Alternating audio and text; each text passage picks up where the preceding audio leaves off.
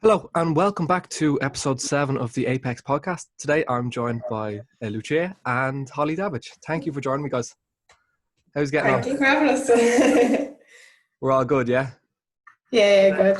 Okay, so before we touch on a little bit more about Hughes, today we're going to just have a chat about kind of self-acceptance and like female gaining phases and everything to do with not necessarily even gaining phases, as I was speaking to Holly there a second ago, just about kind of, as she said, not being afraid of carbs and how we can use food more so towards performance and not being so fat loss forever, which I think is massively important. So, okay, Holly, who are you? What do you do? My name is Holly. I am currently living in Dublin. I am a bikini competitor. I've done 2 seasons competing in, obviously, the Bikini Federation. I am also a clinical research associate as part of my career. So I kind of monitor clinical trials across the UK, something that has been put on hold due to lockdown, obviously. But my background is in science. Like, I graduated with a degree in genetics, and then I did an internship in the Royal College of Surgeons, and then I went to Cambridge and I worked as a medical researcher in the Department of Medicine in Cambridge. So I was working on like the role of the immune system in aging, which was kind of cool because it kind of tied into when I did recently. I worked on a cohort of Sardinians, which are known to be like a blue zone where they have like an enrichment of centenarians in their population. So that was really interesting.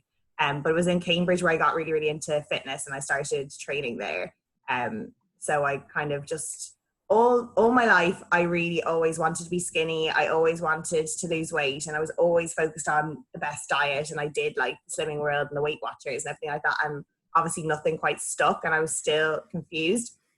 So when I went to Cambridge, I was living with one other person in a house share. I didn't know anyone over there. I was really, really lonely. I used to go to work and come home and then go to bed and then go to work and come home and go to bed. And it was just like, I didn't know how to get out of this circle. So one day my housemate knocked on my door and just asked me I want to come to the gym with him and his friends. And I like jumped at the chance just to like get to know someone or to like spend some time with someone some evening. So we cycled there and we trained there, and he showed me like all the machines that I'd never stepped foot near before. I was like terrified of them. And then I just got hooked on it. And like, I always think that the reason why I stuck to it, that was like almost 3.5 years ago now. The reason why I stuck to it this time was because I didn't go for the purpose of not liking myself, not liking how I looked, wanted to be skinny. I went because I just wanted to like foster a community, get to know people, kind of develop a hobby.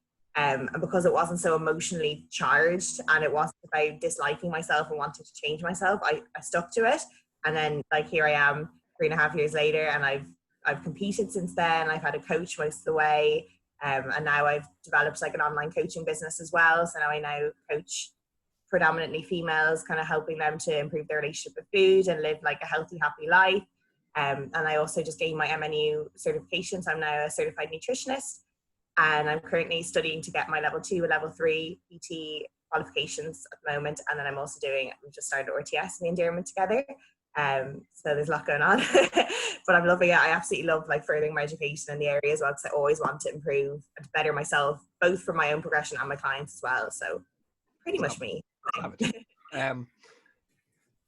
Tell me, because Lucia is going to do Mac at some stage when she finds a minute or two here and there. You do highly recommend it, don't you? It's just a brilliant course. Like, a lot of people come to me and say, which course should I do? You know, there's so many out there. It's really overwhelming. And I just think Mac Nutrition is just the perfect balance of giving you the knowledge that you need to know, but also how to translate it into working with clients. Like, personally, coming from a scientific background, I kind of had a lot of that knowledge already, but I'd never worked in a situation where I needed to be a good practitioner. I needed to develop communication skills. I needed to build that rapport and that trust with a client. And like, even as Martin says himself, like, he hates to say it, but he knows that stuff is almost more important. Developing the emotional side of things and like the psychological side of things is much more important. So making sure that the client is ready to change, being there for them, giving them the support and the tools they need, And then looking into all like the behavior change aspects of it as well is just as important. So we did a whole module on that, and I find that really, really interesting as well.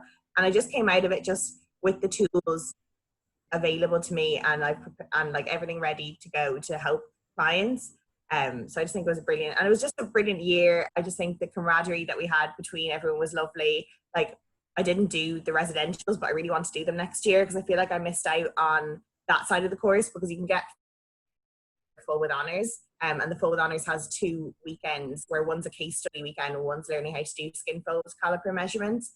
And I think it's just such a nice bonding experience, and I just think like doing those kind of things in groups is really, really nice. Yeah, so like I did PN, and I don't mean to be, but PN is crap. People always ask me, should I do PN or MNU? I'm like, I don't want to be biased, but don't do PN. Yeah, like do PN, but you're going to have to do MAC after. Yeah.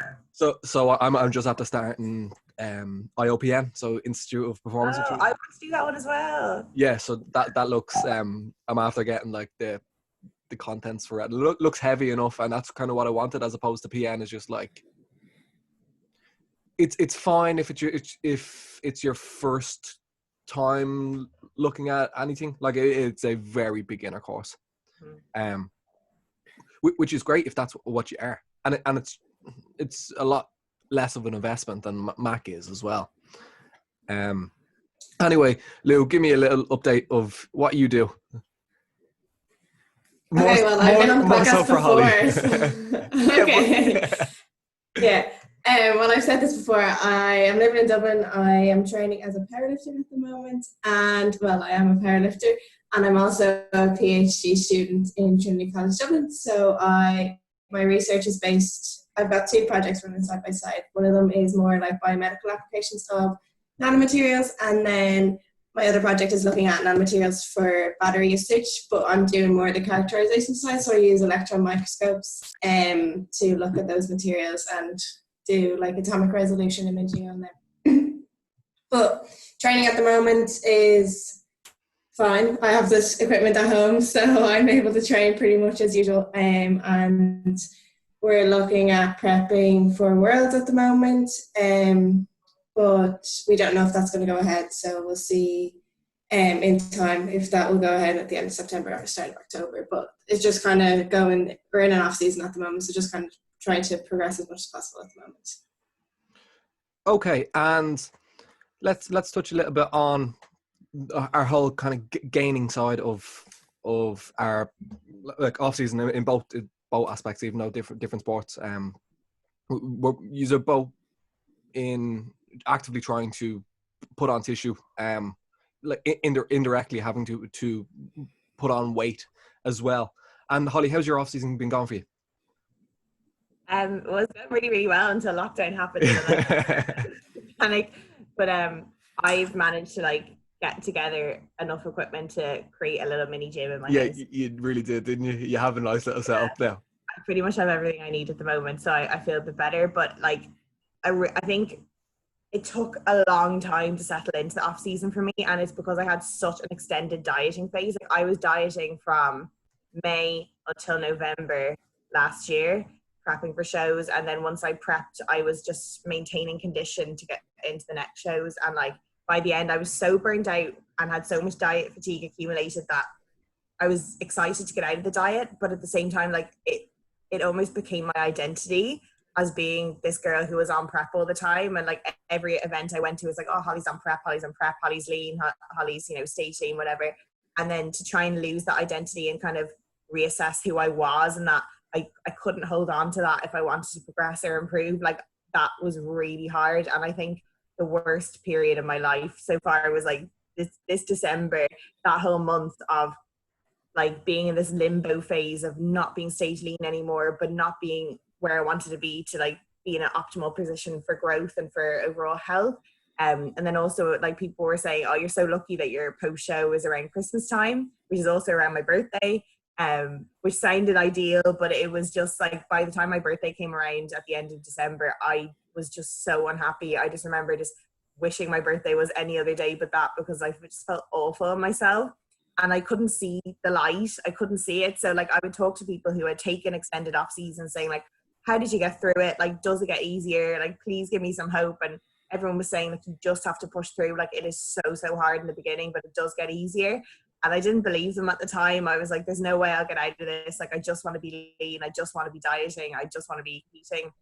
But then like, it just takes time, and like, it takes time to refocus your short-term goals, because obviously like the long-term goal is always the same, but you just have to refocus your short-term goals. And once you've done that and you become accustomed to your new way of living to achieve your short-term goals, it does get much easier. And like I feel like I've really settled into it now. I feel most of the time feel quite happy with how I look.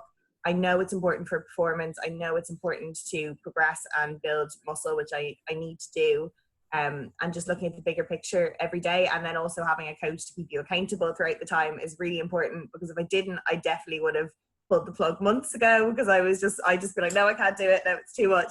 So I think that's really important, to have an objective eye there as well, to keep you going, to make sure you're progressing. But also like, you don't need to gain unnecessary amounts of body fat either. There's like a sweet spot in the middle where you can live a life, enjoy yourself, but also progress, but not be detrimental to your health or your performance either. So yeah, so it's kind of looking at all of the positives that I'm getting from this situation, and I'm getting stronger. I feel healthier. My energy's back. Like I'm starting to regain muscle in places where I've lost it after my long diet phase. And more so like trying to shift that focus towards performance. And it's hard. And as you said, it takes time, and it takes, like, as kind of Brian and Joe were explaining to me, it's like we need this constant repetition of, if this has been, as you said, if this has been your identity for so long, that we need a constant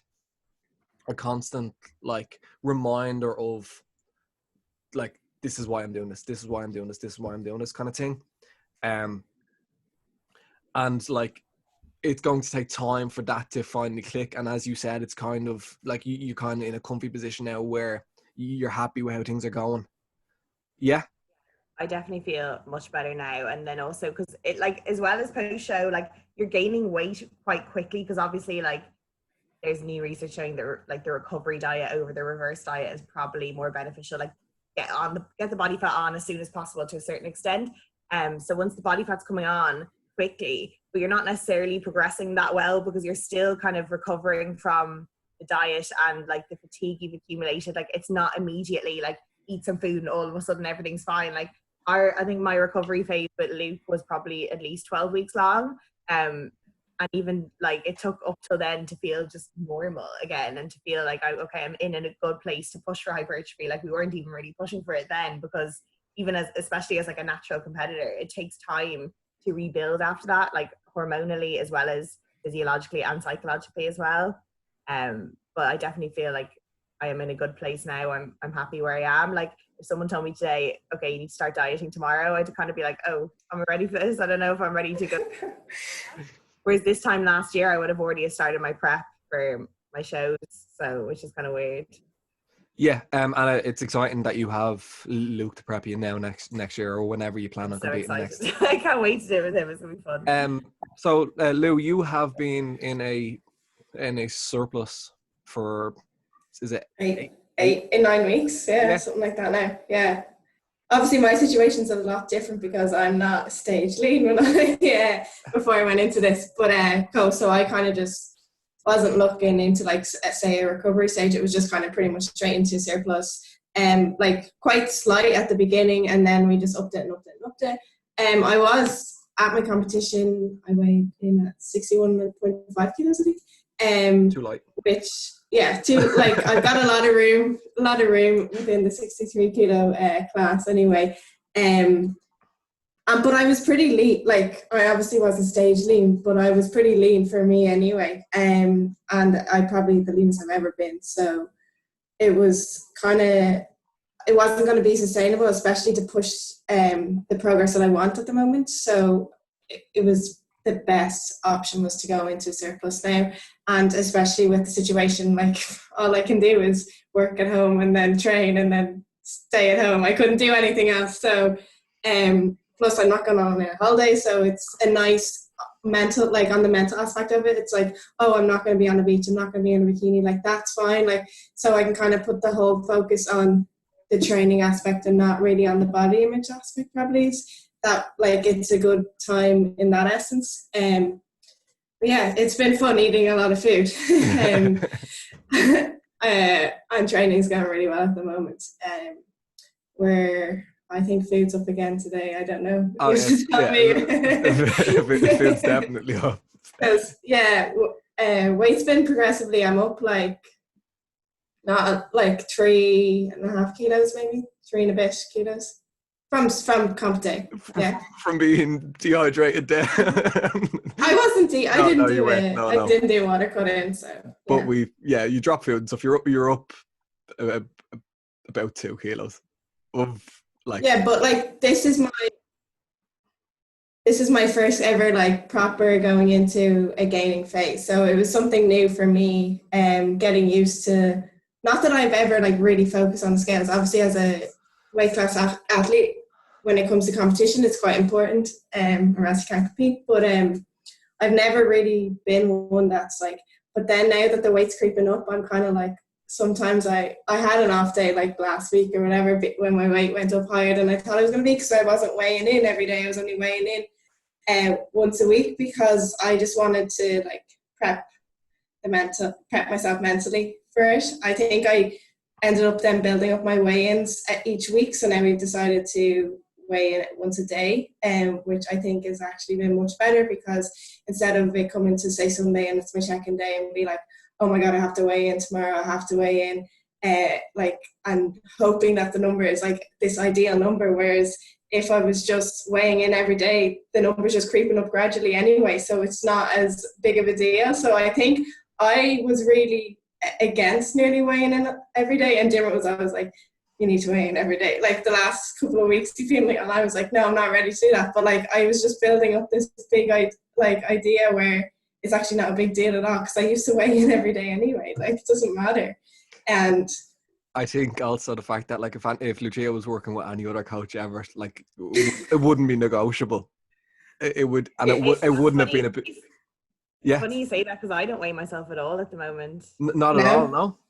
Not at all, because it, like, as what happened to you, like I used to check in with Luke every week, and like the same things would come up every week. I'd be like I would, because I have a Bluetooth scale, so I'd step on the scale every day, but I wouldn't look at my app until the end of the week. So I had to sit there about to do my check-in and like prepare myself mentally to have a look at it, and if it wasn't what I thought would be ideal at the time, or wasn't what I wanted to see, like it would tear me apart. And I remember like looking at it when I was in Vienna with my friend on a holiday, and I was checking in like online, and I had a look at it, and I just completely broke down, and I just couldn't handle it. And to him, he was like, look, we have the measurements. I'm not emotionally really attached to my measurements, and we have pictures, and we have many other methods of progression and like monitoring progress, and like obviously your lifts and stuff like that, so like we don't need to weigh. So I haven't weighed since like February, I don't think. And I feel much better. I just don't want to do it. That's brilliant that you can do that. And I like ideally, especially because like we probably would have. Yeah. I was just gonna say, we probably would have stepped away from the scales if I didn't, like, I don't want to go too far away from 63. Like, I want to keep progressing, but like I don't want to be too far away from 63 that it'll be more difficult. Like I'll have to do a really difficult cut down, because then it's just going to counteract exactly what we've just built. So I think that's why we have decided to stay with the scales. Yeah. So but also for you is that you, like, realistically you're not going to gain a huge amount over where you started, whereas I obviously, because I came from being super conditioned, I'd say almost 10, 11 kilos up. So around now, like there really much needs to know how much over now I am, because it's quite clear that I've gained like 10 kilos. So I can area now and still progress, because I'm in a good spot. And I think you'll agree in this situation that it's so important that you can look at, like, the way kind of Joe explained it to me. It was like, what do you want to be remembered for? and I'm sure you are both in a position where, like, competitively, you have your goals there that are really important to you, but like everything else that isn't to do with a perfect number on a scale, it's like I want to be I want to be a good family member. I want to be a good coach. I want to continue to progress my career, and like things outside of a body fat percentage that are so much more important. And if we can just nail down that these things are far more important, and be consistently like chasing goals that aren't to do with body fat percentage. Like Gary McGowan said it ages ago, it's like your body should be the least important like part of you. Yeah, and the least interesting as well. That's what I mean. The least interesting aspect of your life. Like if all you are is in shape, like good for you. Yeah. And I suppose that's really, really important to continue to kind of reiterate to yourself. It's kind of like taking the focus away from it's like, oh, all I am is how I look, like, taking that focus away from it and focusing on, say, like, you don't want to just be known for your body. Personally, I wouldn't want to anyway. So, like, there's so much more going for me. There's so much more going for everyone than just how they look or what they see in the mirror or what numbers on the scales. And even, like, it doesn't even need to be over forever, but even, like, 10 years down the line, you're not going to look back and be like, oh, shit, I remember on the 31st of May, I was whatever weight I am. It doesn't really matter, but you would look back and be like, okay, well, I won that comp. Yeah. Which was a result of you being where you are right now. Yeah. Like, I feel that it's a bit like a balancing act, and not as in balance as in everything has to be balanced all the time, but balance as in you do have certain levels of extremes in your life to get you towards a certain goal. Like last year I was okay to devoting my whole year to prep, and like my whole summer I didn't go on holiday, I didn't go out with my friends, I didn't drink, I didn't eat, I didn't do anything, because it was all towards that goal. But I knew in my head that, okay, I can do this now, because I know in 2020 was the idea that I was going to have a bit more of a balanced life. And even like at the moment, I find it easier to, like, I had a new job I was starting and I didn't want to be like diet brained for that. I obviously did like Integra, I did MNU and I was doing my exams for that while starting my new job. And then I'm doing RTS and like all this further stuff. And then I built my client base as well. And I pretty much developed my business since I finished prepping. And all of the stuff I wouldn't have had the mental capacity for if I was prepping. And like, I don't want to be known as that girl on prep all the time. Like, I want to be known for, oh, she always furthers her education. You know, she's developing her business. She can have a career. She does all this stuff. I don't want to be just known as that girl. Oh, she stays lean year round. Exactly. Yeah. That's not necessarily, like, people don't look highly on that either. They're like, oh, why is she staying lean year round? It's not progress, you know? So I just think, you want to be really, really agree. More than that. Yeah, I really, really agree. Also, kind of the whole self-compassion side of things is really, really important. And when you catch yourself like nearly getting angry at how you look, it's really, really, really, really important. Like the way Brian explained it to me was just like, how would you speak to your best friend or a young child? You wouldn't point out these things, but you'd point out everything that they're kind of good at. And little things like, if you could during the day take notes of potentially bad things that you or how you spoke to yourself wrongly, and then end of the day sit down and be like, okay, what can I actually change these for? How should I actually be speaking to myself? And like everything in this situation, it's going to take repetition. It's going to really take practice and effort for you to be able to help yourself change the way you see yourself, or change the way you speak to yourself as well. Especially if you have did this like forever. Because I'd be quite guilty of that when it comes to everything, to be honest. when it comes to like everything to do with even like study wise, I'd look at people that are like in this industry 20 years longer than I am, and I'm like, would nearly get annoyed at myself for not knowing things that they do when I need to. And hence why, because Brian does a little bit of coaching with me as well, along with the fact that Mark does my field. So that's what I have Brian there for, and it's just like for him to hold me accountable on things that I'm being silly about. And he's a massive fan of journaling and stuff, so like we've been using that quite a lot, for you to just put a pen to paper and be like, okay, well, this is how I'm feeling, and should I be feeling this way?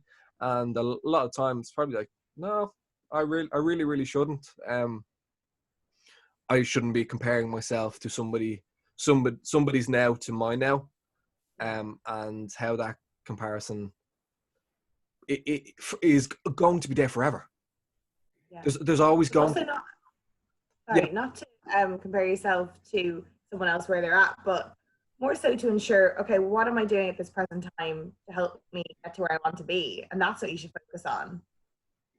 Yeah, or even like compare yourself to yesterday kind of thing, or compare yourself to this time last year, and how much progress have you made? And making sure that everything you do is in line with you making progress as well. I think it's really, really important that if you're committing to this, that you're not dicking around with every aspect. It's like you will feel worse if you half-ass these things.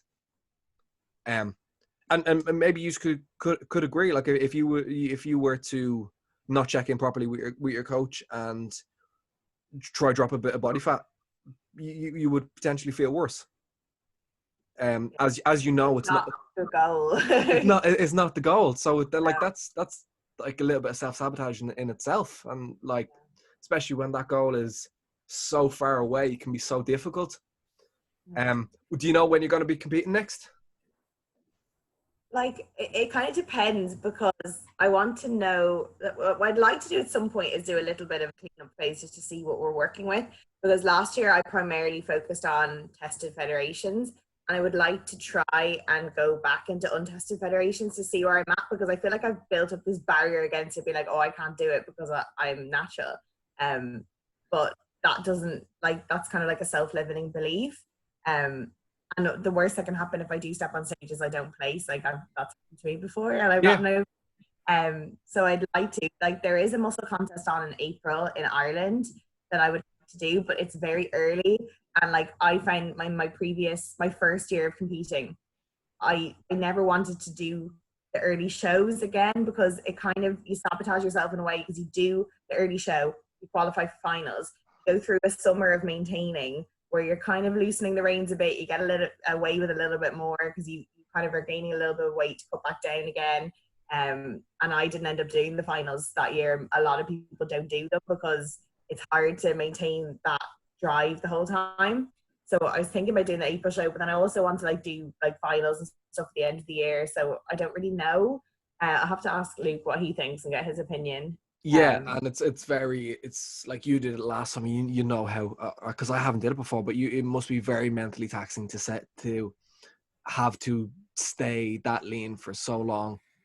Yeah, that was the worst bit. Like the actual initial prep for me was so easy this year or last year, and I think it's like I had everything in place to set up like a very successful prep. So I did my first 16 weeks was fine, and then I did another few weeks in the middle until British finals, and I actually changed coaches in the middle of that, so that was quite difficult. So that started off the stress.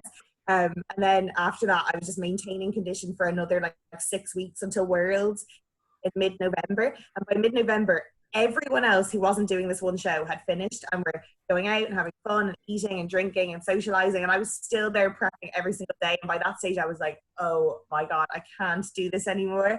And I was refeeding pretty much like 3 or 4 times a week because I was so fatigued, and every like build up over that whole prep was so long.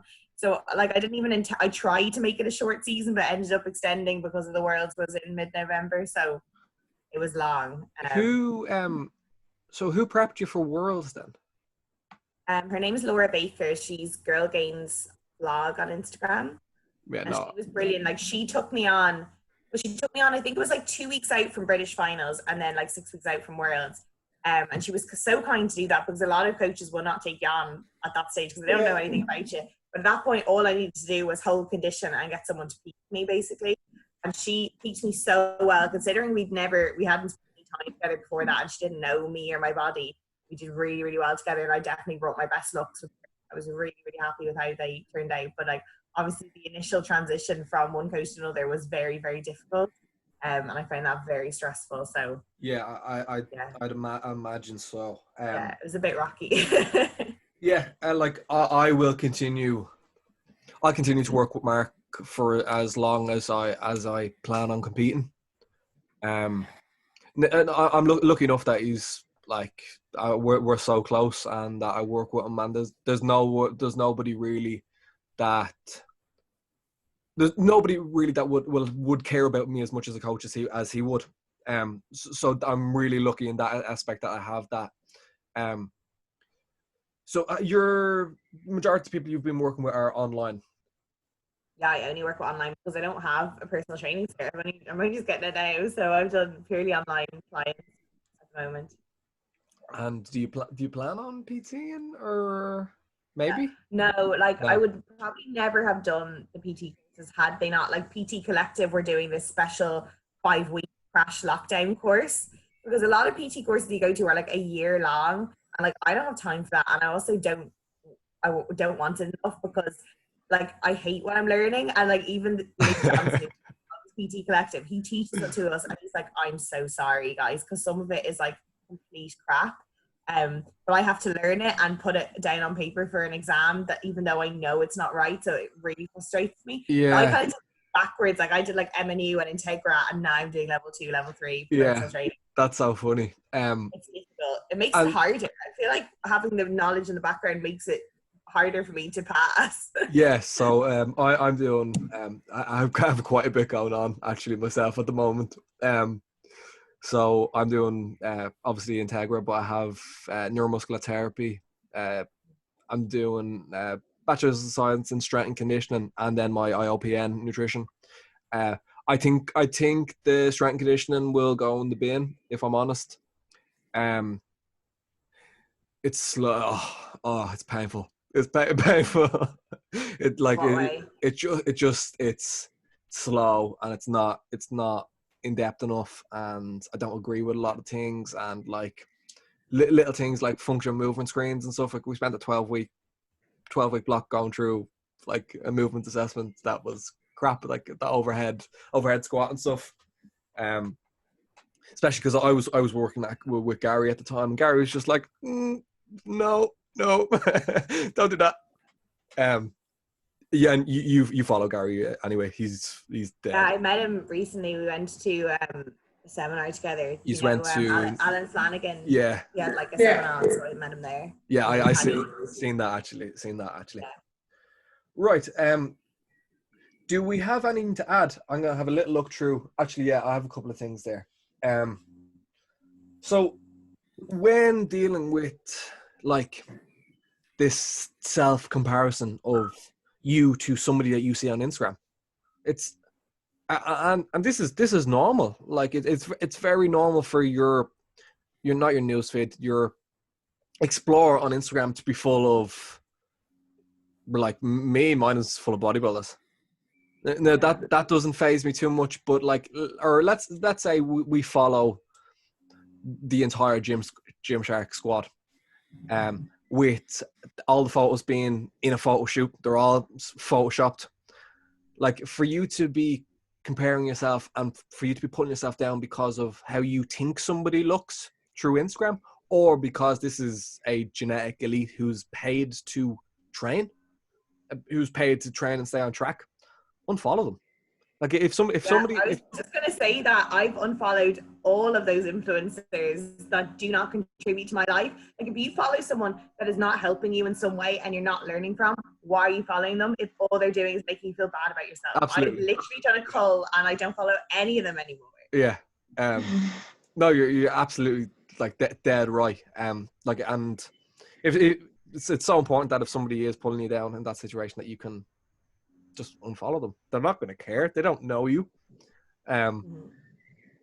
It's It's also kind of the same in real life, though. You shouldn't be having people in your life that are bringing you down too. Like, I know it's on Instagram, it's so easy to just be like, oh, click unfollow. I don't want to see your stuff anymore. But like, it can kind of be important as well in person. I know it's like not as common to have someone who's bringing you down in person, because like you're probably not going to be friends with them in the first place. But like, if someone is saying stuff or like doing things, or like talk to them, say that what they're doing is like making you feel down, or like is not in line with what you think, and then like either cut them out or try like come to an understanding or something. Yeah. So I was talking about this on my last podcast, and it's far easier for somebody to drag you down than it is for them to come up to your level. So if anybody's like, especially if you're in a fat loss phase and somebody's trying to drag you out for food or drag you for drinks and stuff, it's far easier for them to do that than for them to respect you and like copy you.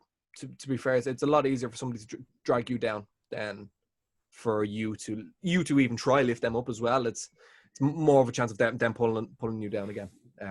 You say, Lucia, that you don't experience that much in real life, but I don't know whether it's more like a bodybuilder thing, but I've had a lot of experience, and a lot of my friends have a lot of experience with people that do not understand our lifestyle at all. Yeah. And like a lot of friends that I've lost along the way because they don't agree or they don't support the way I live.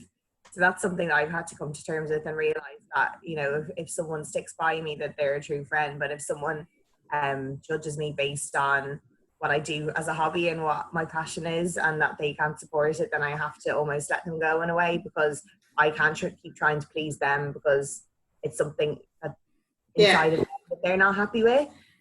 So I've had to kind of reformulate and restructure a group of friends in the industry and in bodybuilding and in fitness that understand me, because a lot of my friends just they didn't, and But you're also kind of part of like, I know that like within bodybuilding, it's nice to have everyone that has like this kind of common, not common goal, but like you all understand that like prepping is this like, it kind of becomes your whole entire life while you're prepping. So they're not dragging you out for drinks. They're not being like, oh, why can't you come for a meal? Like, and all this. It's just nice to have that community there. Like, it's the same. I think it's the same in powerlifting. Everyone's really close and everyone's really nice and supportive of each other. So it's nice to have that outside, like within the community that you're in, that everyone's very supportive. Well, at least within powerlifting, everyone's very supportive of each other anyway. So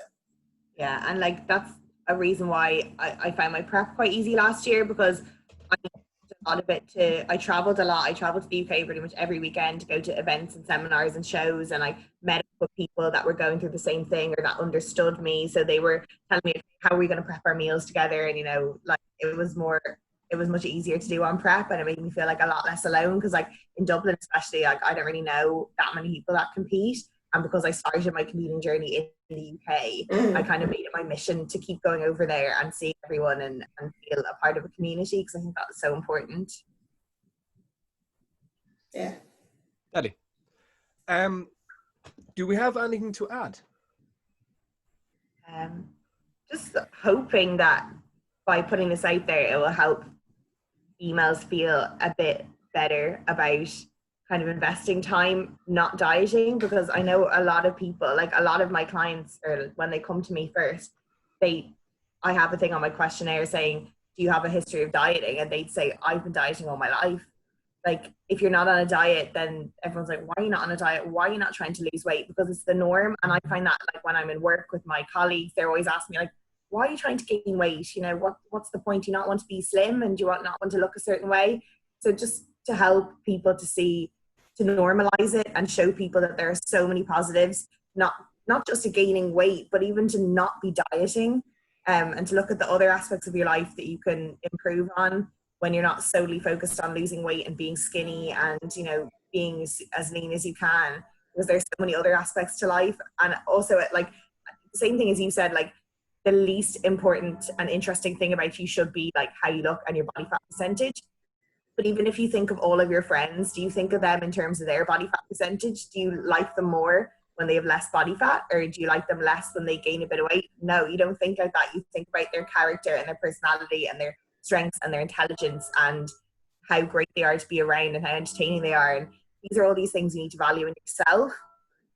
So I think it's just really, really important to reinstate that like, don't be afraid to commit to something like this just because of what people at work will say or what your family will say, because like a lot of people are going through it because it is a good thing. It's a positive thing to do, both for your progression, like in your sport, but also for yourself, and just develop your own, like the mentality around it as well.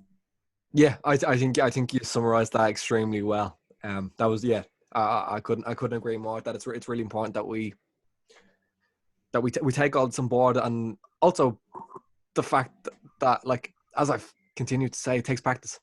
So we're going to have to continue to daily, weekly, like a really, really important day that you have somebody there for some sort of accountability on these things. Journal, write down how you're feeling, like acknowledge what you're saying about yourself, and should I be speaking to myself this way? And just practice. It's going to take a long time. If you have spent your entire life dragging yourself down, like it's not going to change in a week. And also, like, don't be afraid to invest in a coach for accountability, because it might seem expensive at the time, but if you break it down and see how much it would help you to progress further and to keep you on the path and to give you the structure and to have that support there for you, I think is like an incredible investment. So I would 100% recommend that. If you're afraid to go it alone, think about investing in a coach. I really agree. Like, it works out what €354 a day. That's what I put, like, because say something like, if you break down a cup of coffee a day, that's probably more expensive than having a coach with constant access to 24/7. You know, so if you break it down like that, or one night out could be €100. That could be almost the cost of a month of coaching. You know, so kind of depends where your priorities are, I suppose. Yeah, you have to reprioritize. You have to discover what your values are and what you want to spend your money on. But to me, like, that is so worth it. Okay, right. So where can everybody find you? I will obviously tag you on Instagram and stuff when I throw this up. But where can they find you? On Instagram, you can find me at Holly Davage, which is Holly Davage.